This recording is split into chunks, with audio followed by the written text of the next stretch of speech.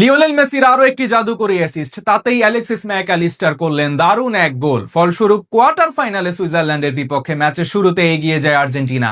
সেখান থেকে গোল শোধে মরিয়া হতে দেখা যায় সুইসদের। তবে আর্জেন্টাইন রক্ষণে প্রতিহত হতে থাকে সেসব আক্রমণ। সব মিলিয়ে ম্যাচের ফলাফল কি হলো সে কথাই জানবো রিপোর্টে। জিতলেই নিশ্চিত হবে সেমিফাইনালের টিকিট, হারলে ছিটকে পড়তে হবে শিরোপা জয়ের রেস থেকে। আর এমন সমীকরণকে সামনে রেখে সুইজারল্যান্ডের মুখোমুখি হয় বর্তমান বিশ্ব চ্যাম্পিয়ন আর্জেন্টিনা। যুক্তরাষ্ট্রের কানসাস সিটিতে, যেখানে ম্যাচের শুরু থেকেই বল পায়ে মুনশিয়ানা দেখাতে থাকেন লিওনেল স্কালোনির শিষ্যরা। ফলস্বরূপ ম্যাচের তৃতীয় মিনিটেই গোলরক্ষক এমিলিয়ানো মার্টিনেজের বাড়ানো লং বল থেকে বল পেয়ে আক্রমণে ওঠে হুলিয়ান আলভারেজ। তবে গোলরক্ষক গ্রেগর কোবেলের দারুণ দক্ষতায় এ সময় রক্ষা পায় সুইজারল্যান্ড। 6 মিনিট পর মাঠের ডান প্রান্ত থেকে ডিবক্সের ভেতর দারুণ এক কাটব্যাক করেন মেসি। সেখান থেকে গোল না হলেও কর্নার জেতে আর্জেন্টিনা। আর ফিরতি কর্নারে লিওনেল মেসির দারুণ শটে মাথা ছুঁয়ে ম্যাচের 10ম মিনিটে আলবিসেলেস্তাদের 1-0 গোলে এগিয়ে নেন অ্যালেক্সিস ম্যাকঅ্যালিস্টার। এ সময় মাঠে উপস্থিত আর্জেন্টাইন সমর্থকরা বাদ ভাঙা উচ্ছ্বাসে মাতেন।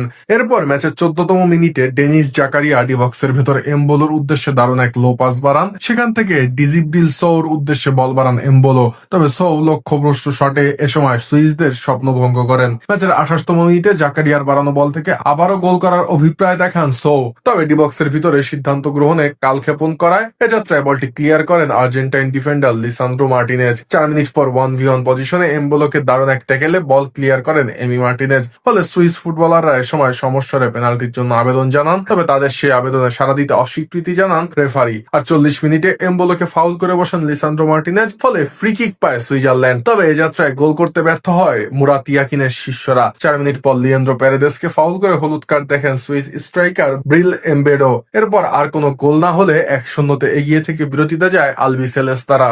বিরতি থেকে ফিরে আক্রমণে ধার বাড়ায় সুইজারল্যান্ড। ফলস্বরূপ দ্বিতীয়ার্ধের মাত্র 2য় মিনিটেই নিকো এলভেদির বাড়ানো বলে গোলমুখে শট নেন ফাবিয়ান রেইডার। তবে এ সময় তার সেই শট আর্জেন্টাইন ডিফেন্ডারের গায়ে লেগে প্রতিহত হলে এমি মার্টিনেজ বলটি দখলে নেয়। এরপর ম্যাচের 67 মিনিটে লেফট ব্যাক রিকার্ডো রদ্রিগেজের অ্যাসিস্টে দারুণ এক গোল করে সুইসদের সমতায় ফেরান দান এন্দোয়ে। 4 মিনিট পর এমবোলোকে ফাউল করে হলুদ কার্ড দেখেন আর্জেন্টাইন মিডফিল্ডার লিয়ান্দ্রো প্যারেদেস। তবে এ সময় মাঠে উপস্থিত রেফারিকে ভিডিও অ্যাসিস্ট্যান্ট রেফারি শরণাপন্ন হতে অনুরোধ করেন প্যারেদেস। তার মতে তিনি এমবোলোকে কোনো ফাউলই করেননি, বরং এমবোলো মাঠে ফেক ডাইভ দিয়েছেন। আর ভিআরও দেখা যায় যে সত্যিকার অর্থেই ফেক ডাইভ দিয়েছেন এমবোলো। ফলে ম্যাচে দ্বিতীয়বারের মতো হলুদ কার্ড দেখেন সুইস এই স্ট্রাইকার। তাতে রেড কার্ড দেখে মাঠ ছাড়তে হয় এমবোলোকে। ফলে 10 জনের দলে পরিণত হয় সুইজারল্যান্ড। এরপর নির্ধারিত সময়ে আর কোনো গোল না হলে খেলা করায় অতিরিক্ত সময়ে, যেখানে অতিরিক্ত সময়ের দ্বিতীয়ার্ধের 7 মিনিটে গোল করেন হুলিয়ান আলভারেজ। এ সময় তাকে অ্যাসিস্ট করেন হোসে লোপেজ। আর ম্যাচের অন্তিম লগ্নে লাউতারো মার্টিনেজের গোলে